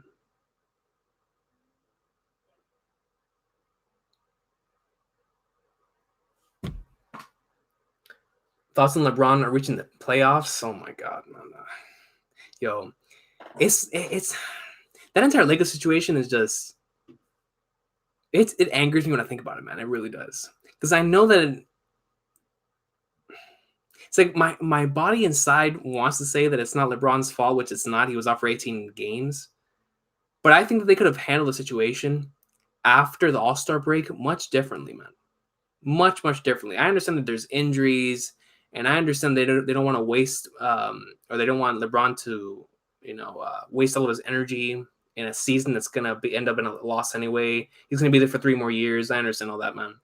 But in one's first year in LA, with the legacies and the all of the backstory that LA has, man, it's like I at the very least I expected more of an effort from the entire organization when it came to some of these games, man. Because I would just watch some of the games and be like, yo, some of this stuff is just pure effort, dog. Like it's not even just that they're not skilled, they're not talented. And I understand the injuries and whatnot, but most of the time when I was watching, it was just the effort, bro. And listen, I understand you can't give 100% on every play. That's not gonna happen. But there's certain plays I'm like, bro, what is going on? Move. get your butt on defense, dog. Like, regardless, that's my whole that's my whole that's my whole thing on that, man. It's God, ridiculous. I'm happy for the 76ers though, man, and I really hope that that the Heat get in. I don't know. I know the Magic are ahead of them right now, but I hope the Heat get into the playoffs. Let me see. I missed a Berserk discussion. Nani, what are your thoughts on the latest chapters? Berserk has actually been very, very, very interesting in where it is right now. I just want to go back to Casca, man. I do, bro. I really, really do. I want to go back to the entire because, bro, that's what we've been waiting for. And the fact that he decided, and this is coming from a Griffith Tard, man. But God, bro, I was waiting for that Guts and Casca stuff for so long, man. Regardless. You still do Sundays? Nah, I won't be able to do Sundays now, bro. I won't be able to do Sundays now. That's gonna be my first day of the week from now on, and then everything else. I don't know how the schedule's gonna go, but I know this week we start on Sunday, and if it stays on that schedule, then it's gonna be from Sunday to I don't know. We'll have to find it. We'll have to see. But pretty much Sunday is gonna be off limits for me now, man. Even more than before. What's up? If you say shout out to Fahad and Ali, I'll donate $500. Hey man, if you say so, bro. Shout out to Fahad and Ali, man. Shout out to Fahad and Ali, bro. The crazy thing about Guts is that his allies were once his enemy and his enemy was once his ally. You know, that's facts. That's hard facts. Because that's one thing I really love about Guts's journey. You know what I'm saying? Is how he has developed into really trusting and relying on other individuals, where in the beginning of the series and throughout the Golden Age, and even after that, in the Black Swordsman, and I dare say until just recently, he was mainly just relying on his own abilities and skills and not wanting to rely on anybody else, man. And after all these individuals, that he realized that he had that, and it's not really like he intentionally relies on them. It just happens, and after it happens, he's like, all right, then that's cool, you know, and then they'll be together after that. But for sure, his allies were definitely once his enemy, man, and his enemy was once his ally. That's a great way of looking at it. I think Odin and Orochi are a buddy a long time ago, or that long-haired ninja can read the message. Odin and Orochi are buddy. I think Odin and Orochi were buddies a long time ago. I think there's way more to that story than meets the eye when it comes to Odin and Orochi. I really do think that at one point in time, maybe even still to this day, there's something that still connects those two. And that's going to be a big plot point, an emotional connection, an emotional plot line that's going to happen later on the arc. But I do think Odin and Orochi back in the day were friends. My theory is quite trollish, but I just think that there is a lot more to this revelation. Kyoshiro should know where Komurasaki is, but still intends to follow with the funeral, so that's suspicious. I know, right? That's serious. That's serious. Like, he knows what happens, but he still intends to go on with the funeral, which means something, even if, like you said, doesn't happen, that there isn't a fake in there, or Hiori isn't in the coffin, then what is going to be there? Is there an ambush awaiting, or is there going to be this massive spectacle that takes place there that, I don't know, like something during the funeral, because ever since that funeral was announced, it's always been in the back of my mind that that's going to be the turning point of setting us straight forward into Onigashima from their side, not from our side, but from their side, because something huge is going to happen. It's going to be either a blow to them or going to be a blow to us, but I just don't know what, man. I don't know what it is that Oda can show off there instead of Hiyori's body that would be massive and huge to everybody else. I don't know. I have no idea, man. We're going to trade the whole squad for AD. You feel me, bro? Like, and I understand. I mean, AD is a monster. But because it was always on social media every single day, and almost all of the people that were going to get traded are all in their early 20s, man. So they're all on social media all the time anyway. You know, or at least that's the assumption. So it's like, bro, and it's like I'm half and half. Like in one point I'm like, bro, just keep doing you and keep playing. But then I think back, if I were in the situation, how would I handle it? And I'm not sure because if every single day I was just thinking, going into work, knowing that I'd be sent off somewhere at any given moment, how would I feel about that? You know what I'm saying? I'm not sure. I'm not sure, man. So like I can't blame them, but I also can't at the same time. It's like I said before, it's an iffy situation when it comes to the Lakers. Komurasaki just shows info, just knows info that anyone connected to Orochi and Kyoshiro could obtain. She knows Momonosuke and Hiori are siblings, and that Momonosuke would arrive at the 20th year of prophecy. That's all. That's true. That is true. Komurasaki just knows info on anyone connected to Orochi and Kyoshiro could obtain.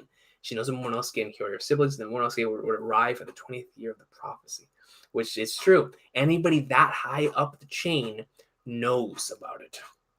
And because she heard it all the time. She heard it all the time, especially being near Orochi and being near Kyoshiro. And if they were really, really close, and of course, because Kyoshiro told it to that one random guard, then he damn sure would have told it to Komurasaki. And anyways, even if he didn't, Komurasaki is with Orochi. And in the chapter we saw back while that entire portion was taking place, Orochi was there, saying it himself. How he was afraid of that entire prophecy and whatnot, right? So, yeah, man, it's a weird situation.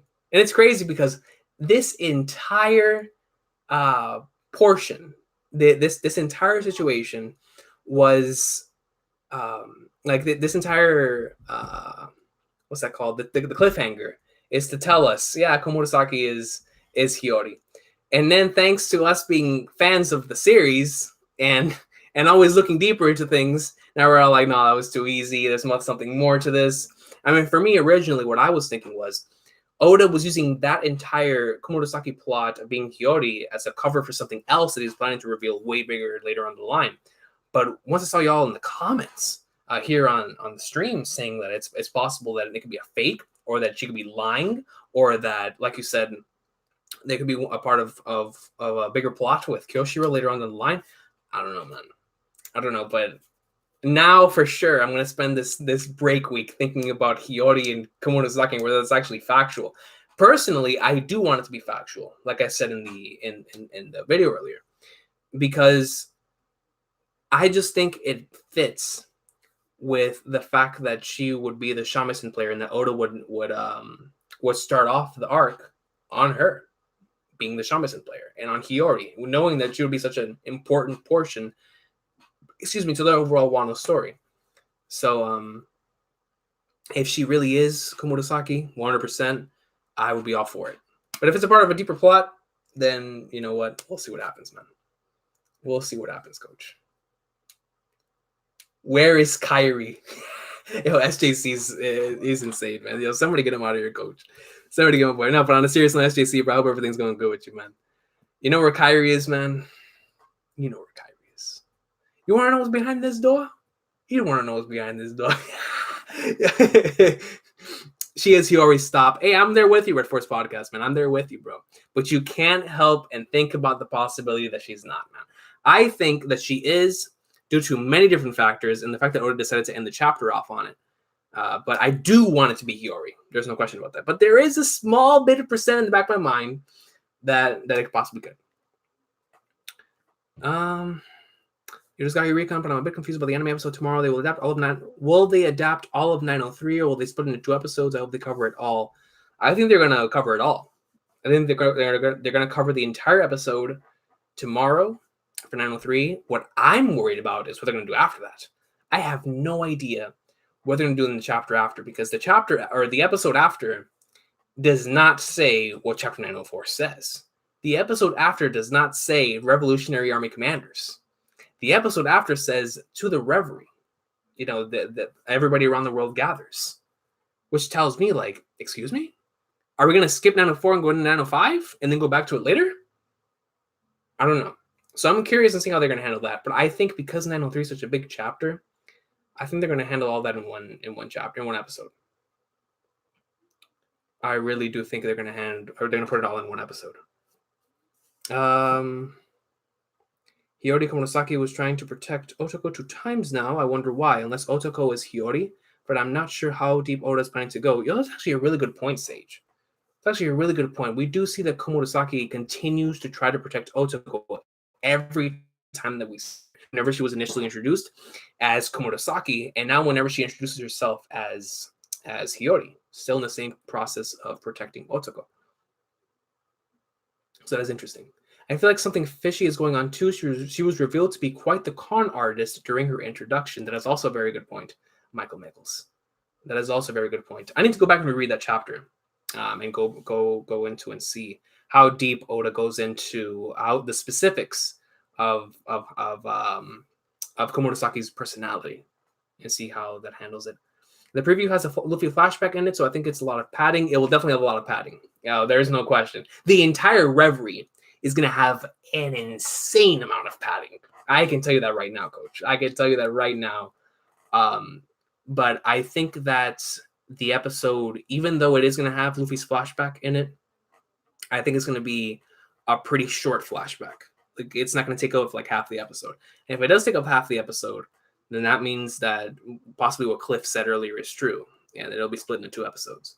But with the title and with the end of the episode preview shows the bounty poster, so they have to cover all of 903 next episode, because unless they put 903 out of order, which would make no sense, then it would just have some padding in the episode, and then they end off the same way they ended off in 903, because the end of that preview does show the bounty poster. It does. So let's see.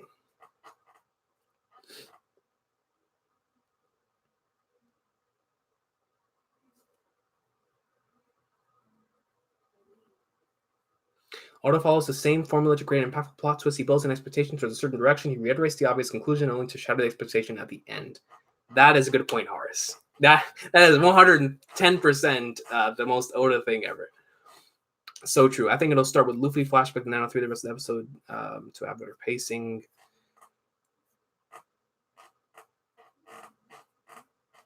Okay. Yeah, I can see that. I can totally see that. I can actually see it going. We start off continuing 903. I don't know, man. I don't know, bro. Because they also could place it whenever Shanks shows up. Yo, I don't know, man. I don't know. I'm back, King. My channel talks about Digimon, but it's in Brazilian Portuguese. I reached 7.2 thousand subs, bro. Yo, congratulations, Genai, man. Finally, but I'm not in your level because you're my favorite YouTuber. Nah, man, don't say that, bro. Don't say that, man. I appreciate it. I definitely appreciate the kind words, man. But yo, that's awesome sauce, man. 7.2 thousand, bro. My boy is going into like somewhere, and you're talking about Digimon, bro. Now, I didn't cover or discuss much Digimon whenever I was younger. I watched it occasionally on television. I know bits and pieces about it. Digimon was that one series out of all the series when I was a kid that I never really got into. I remember playing some of the games. I remember watching some of the TV series, but aside from that, I don't have that much knowledge on it. And I know the opening is really awesome. But aside from that, I don't know much about Digimon, but I'm happy that a channel, well, first of all, it's your channel, so I'm really happy that it's doing good for sure. But a channel about Digimon, man, doing good in this day and age is really, really cool, bro. Like the fact that you decided to go into and create a channel based on something that still, of course, is creating some sort of content, but is based on a lot of stuff that's been happening for this past couple of years, or for this past 20 years, however long Digimon's been on, is really cool to me, man. So that's dope. That's dope because that just shows how much you love that topic, that you're willing to talk about it. Even if, I mean, I'm not caught up to Digimon, or I don't know what's going on currently, so I don't know if like there's new content coming out, or I know there was a movie that was released recently, but aside from that, I don't know much about Digimon.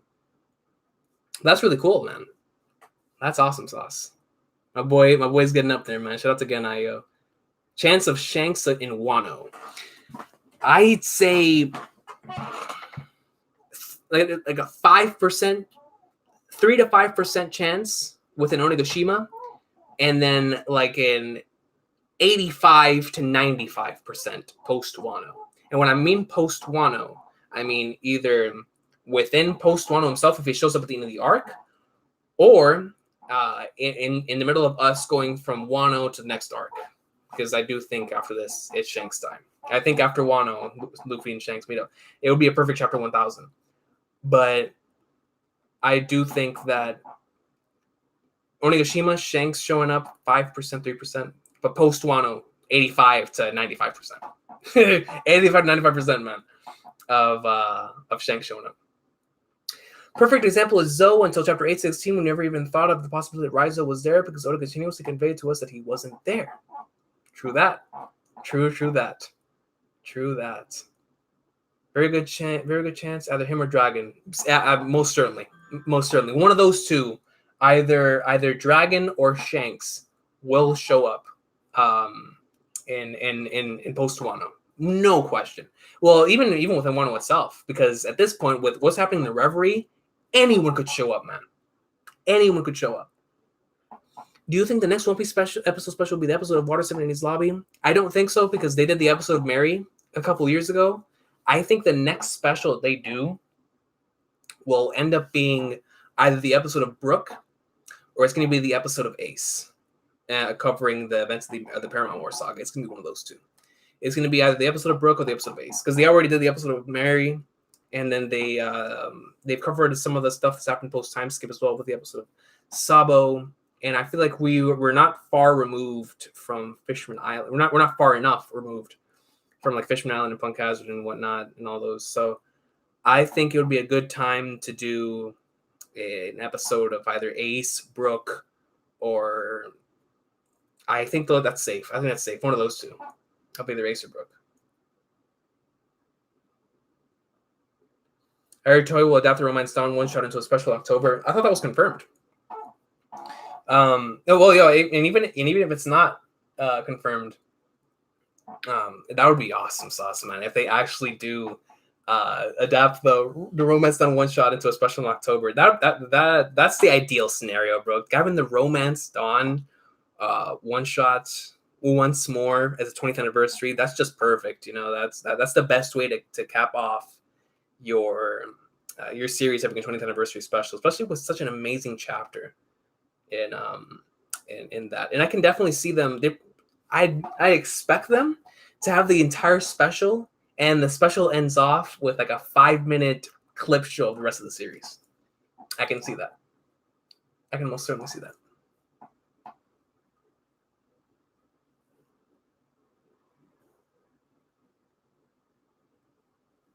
Did you hear that the anime will adapt Oda's one-shot Romance Dawn for the 20th anniversary? So the one-shot, not chapter 1. You're talking about the one-shot, the original one-shot that he made for Jump before it started. That would be really cool. That would be really, really cool, actually. Like, instead of doing chapter 1, you have the OG Romance Dawn. Yeah, I'd be for that. I'd be 100% for that. Yeah, Digimon has periodic seasons. They created a multiverse for it. Every season is located in a different dimension. The mangas and anime are all canon, but the stories are different. Interesting. So Digimon has its own multiverse. And every season is located in a different dimension. That's very fascinating. And the mangas and anime are all canon, but all the stories are different. That must be great content for all of you fans, man. That's dope. That sounds like a great verse to just dive into. Oh, it is confirmed, Christian? It's confirmed to be the one-shot Romance Dawn. Yo, I'm telling you, man, that would be awesome. That'd be really cool. Whenever I saw that article or the link, I forgot where it was that I saw that, but I thought it was talking about the original Romance Dawn, not the OG one before it. That's dope. A character I love and want to see back is Captain Kuro. Love him. Maybe he will return someday. See, Oda definitely brings back a lot of characters. Whether he brings back Kuro, what would he do though? Like, if we saw Kuro again, what would he do? I mean, I would definitely love to see Kuro in some way, shape, or form, but in what manner would we see him? You know what I'm saying? That would be cool. That would be dope. Back as having Kuro again. I want to see Kuro again. I want to see Gen again. Maybe even Don Krieg. Some of these characters. We're gonna see Garp with straw hats. Garp with the straw hat, man. I'm telling you, dog. Ryuma was stupid strong, right? Like Mihawk? Bro, Ryuma was a monster, dog. Actually, I think I have it.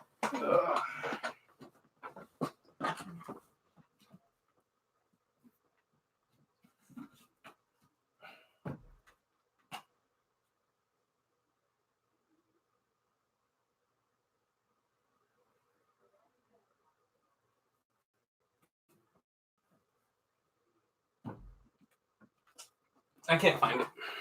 Can't find it. I have the Romance Dawn one shot though, but I don't know where is my Wanted one, bro. I know I have the Wanted one somewhere in this house.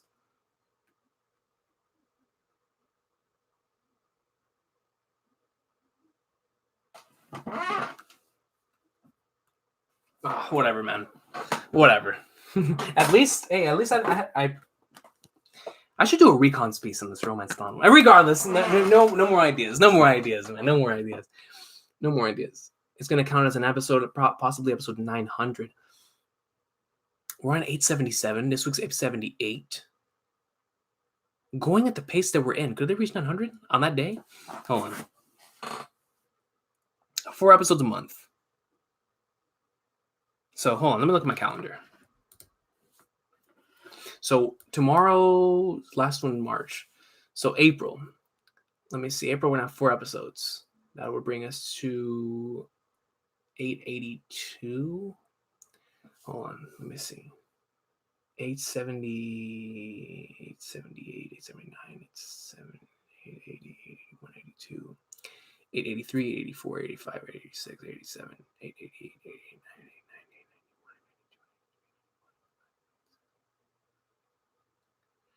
890, 91. If it continues going as scheduled, no breaks, episode 900 will air on August 30th.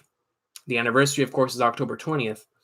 And oh snap, man. Yo, October 20th, the anniversary is actually on a Sunday too, which means that very same day as One Piece's 20th anniversary is going to be when a new episode drops.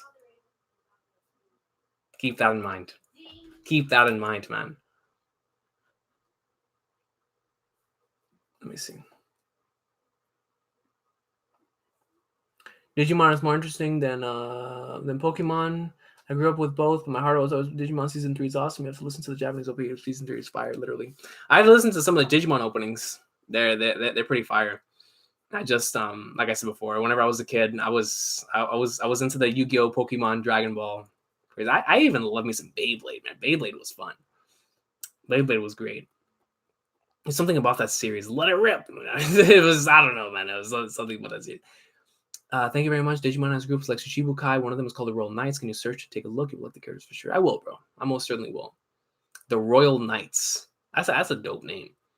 All right, AAA Theories, man. Have a good one, bro. I'm gonna end up finishing this up soon myself. Gonna get some dinner, and then I'm gonna sit down and play the PS4. Chill on there, man. Play some Yakuza. I'm gonna play Yakuza, or I'm gonna get on Sekiro. Listen, man. I know that some of you have been on Sekiro, bro. Oh my god. Oh man, dude. I bought it because I was like, man, this looks so cool. And I love From Software. So I got it. I got Sekiro, man. And I was having a blast. But man, dude, eventually I started fighting this thing called the Enshin Spearman, or whatever his name was, bro. And what made me mad wasn't the fight itself. It isn't even the fight itself against the Enshin, or against the Spearman in Sekiro, right? It didn't even make me mad.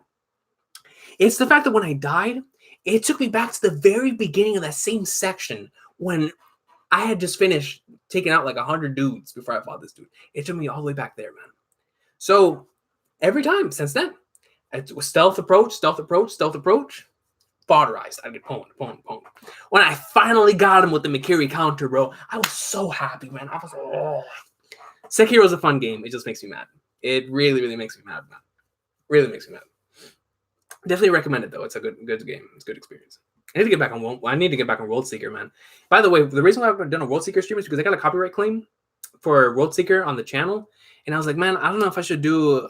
It's not a strike at least, and I was like, man, I don't know if I should continue the series here on Twitch. So I'm still thinking about that. What I'm gonna do with World Seeker, but we'll see what happens, man. We'll see what happens. How many full arc recaps are we gonna get in the anime, dude? Christian, I think by the end of the series, we're gonna have it all. We're gonna have everything. I think we might have like an arc recap for almost every arc in the series, bro. By the time we're done, at least the major arcs, I can most certainly see that. 120%, bro. 120%.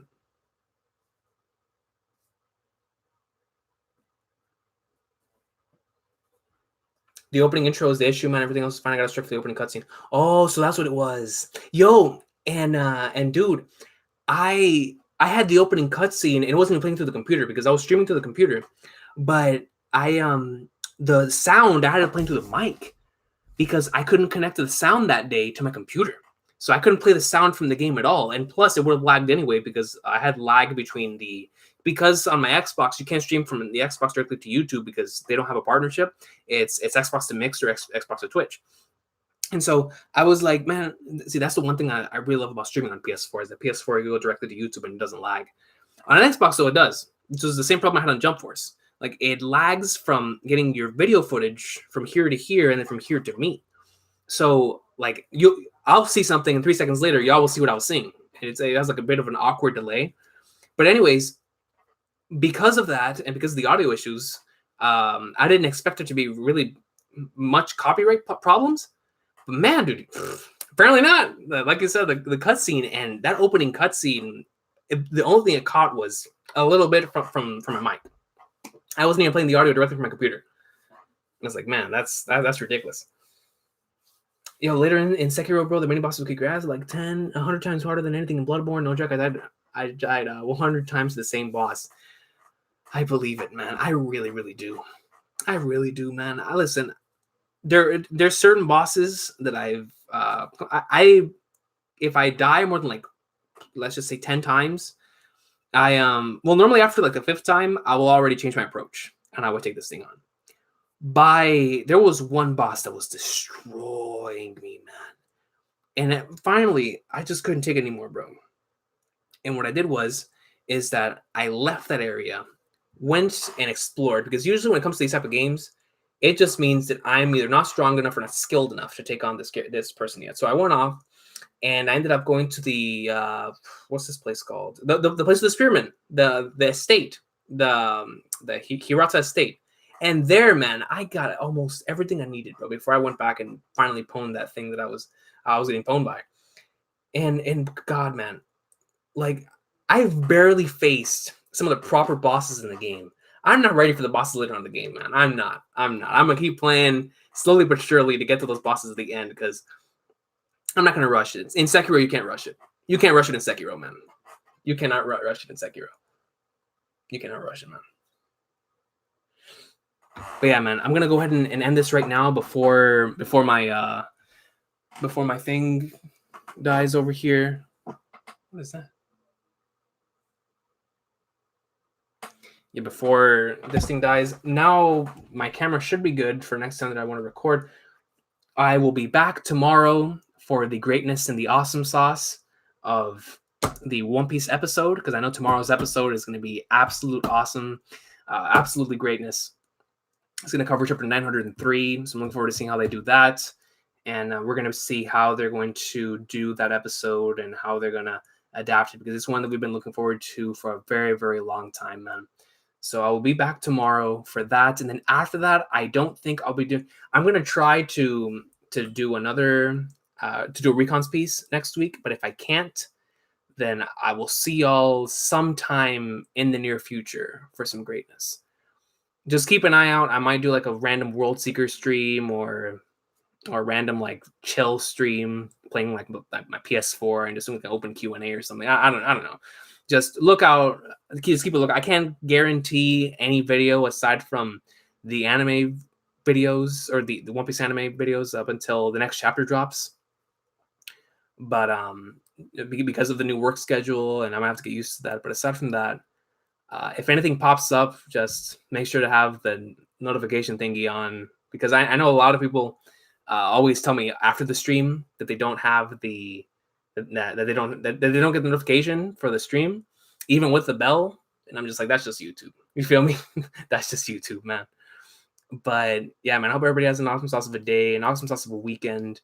I will see y'all tomorrow for the awesome sauce and the greatness of the One Piece episode. This was a really fun chapter. Shout out to Komurasaki being Hiori and whatever plot that's going to come from that. And look really excited and look forward to seeing how Oda continues to tie all that stuff in. Kyoshiro and Komurasaki's true intentions. What's going to happen in the funeral. It's an exciting time, man.